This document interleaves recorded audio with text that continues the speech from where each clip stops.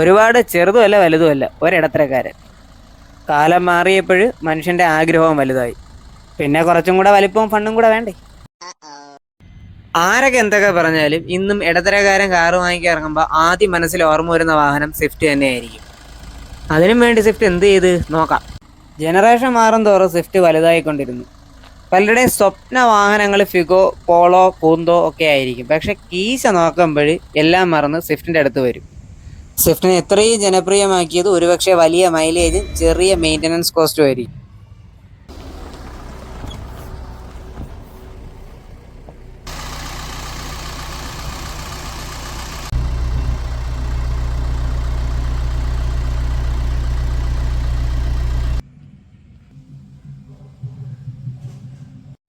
മുന്നിലെ 2 സീറ്റുകൾ അത്യാവശ്യം കംഫർട്ടബിൾ ആണ്. സ്ഥല സൗകര്യം മുന്നിൽ തന്നെയാണ് കൂടുതൽ. പക്ഷെ സീറ്റ് ഹൈറ്റ് അഡ്ജസ്റ്റ് ചെയ്യാൻ ഫുൾ ഓപ്ഷൻ വാങ്ങിക്കേണ്ടി വരും.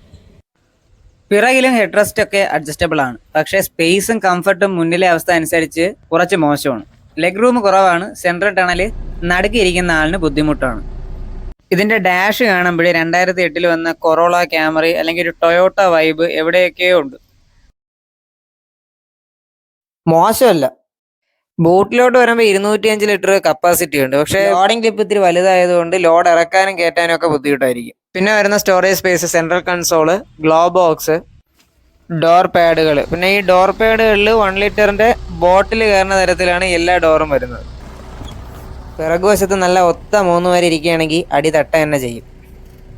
ഇപ്പോൾ ഈ കാണുന്ന റണ്ണിംഗ് ബോർഡ് ഞാൻ കസ്റ്റം ചെയ്തതാണ്. ഇതിന് എന്നെ സഹായിച്ചത് റോഡ് സൈഡിലെ ഡിവൈഡറുകളാണ്. സീറ്റുകൾ അല്പം കുഴിഞ്ഞതാണ്. ഡോർ പാഡിന് അല്പം പൊക്കം കൂടുതലുമാണ്. അതുകൊണ്ട് വിസിബിലിറ്റിയുടെ കാര്യം എടുത്തു പറയേണ്ട ആവശ്യമില്ലല്ലോ. ഭാഗ്യവശാൽ ലൈറ്റുകളൊന്നും LED അല്ല. പിന്നെ ആകെ കൂടിയുള്ള ഫീച്ചേഴ്സ് എന്ന് പറയാൻ AC, power steering, 4 door power window, central lock. ചെറിയ ചെറിയ പ്രശ്നങ്ങളുണ്ട്. അതൊന്ന് റാറ്റ്ലിംഗ് സൗണ്ടാണ്. ഫസ്റ്റ് ജനറേഷനെ അപേക്ഷിച്ച് സെക്കൻഡ് ജനറേഷന് കുറവാണ് എന്നുള്ളതേ ഉള്ളൂ. പിന്നെ ഗിയർ ലിവർ റിവേഴ്സ് ഇടുമ്പോൾ ചില സമയങ്ങളിൽ ബുദ്ധിമുട്ട് വരും. വീണ്ടും ക്ലച്ച് ഒന്നുകൂടെ പമ്പ് ചെയ്ത് ചവിട്ടുമ്പോൾ അത് ശരിയാവാറുമുണ്ട്. അല്ലെങ്കിൽ നേരെ സെക്കൻഡിലോ തേർഡിലോട്ടോ മാറ്റേണ്ടി വരും. ഇതൊഴിച്ച് ബാക്കി എല്ലാം മാറ്റി തരും എന്ന അഭിപ്രായത്തോടെ എല്ലാവരും പറയുന്നത് പോലെ ഞാൻ എൻ്റെ വാക്കുകൾ ചുരുക്കുന്നു. പിന്നെ എന്തെങ്കിലും പറയാനായിട്ടാണെങ്കിൽ സ്പീഡ് സെൻസിങ് ഡോർ ലോക്ക് ഉണ്ടായിരുന്നു. അല്ലാതെ പ്രത്യേകിച്ച് സേഫ്റ്റി ഫീച്ചേഴ്സ് ഒന്നും ഇതിലില്ല.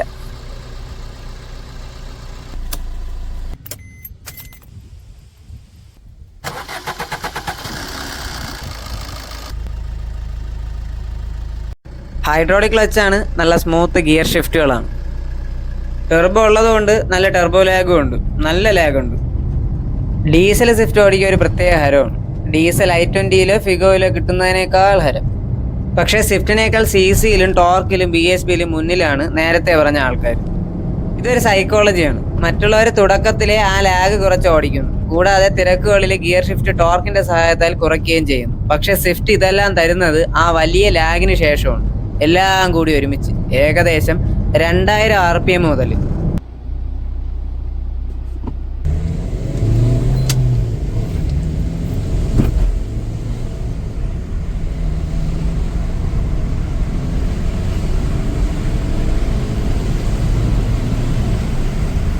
ഇത് സ്വിഫ്റ്റിന്റെ മാത്രം കാര്യമല്ല. ഇതാണ് ഡീസലിന്റെ ബ്യൂട്ടി. പറക്കാം, മൈലേജ് നോക്കാതെ.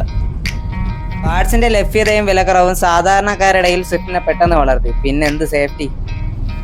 ചെറിയ കാര്യങ്ങൾ ശ്രദ്ധിച്ചാൽ മതി. പീരിയോഡിക് സർവീസുകൾ. സസന്തോഷ സ്വിഫ്റ്റ് എന്നും കൂടെ കാണും. എല്ലാം തികഞ്ഞ വാഹനമല്ല സ്വിഫ്റ്റ്. പക്ഷേ ഒന്നിനും കൊള്ളില്ലാത്ത വാഹനവുമല്ല സ്വിഫ്റ്റ്. ഇന്ത്യൻ റോഡുകളിൽ വിജയിച്ചവരെല്ലാവരും എല്ലാം തികഞ്ഞവരായിരുന്നില്ല എന്നതാണ് മറ്റൊരു സത്യം. ചുരുക്കത്തിൽ സ്വിഫ്റ്റ് ഒരു മുതലാണ്. സാധാരണക്കാരൻ്റെ പോക്കറ്റ് കയറാത്ത മിസൈൽ. പോളോയും ഫിഗോയായിട്ട് കമ്പയർ ചെയ്യാനൊന്നും പറ്റൂല. പക്ഷെ സ്റ്റെബിലിറ്റി ഒന്നും മോശമല്ല, ചതിക്കൂല.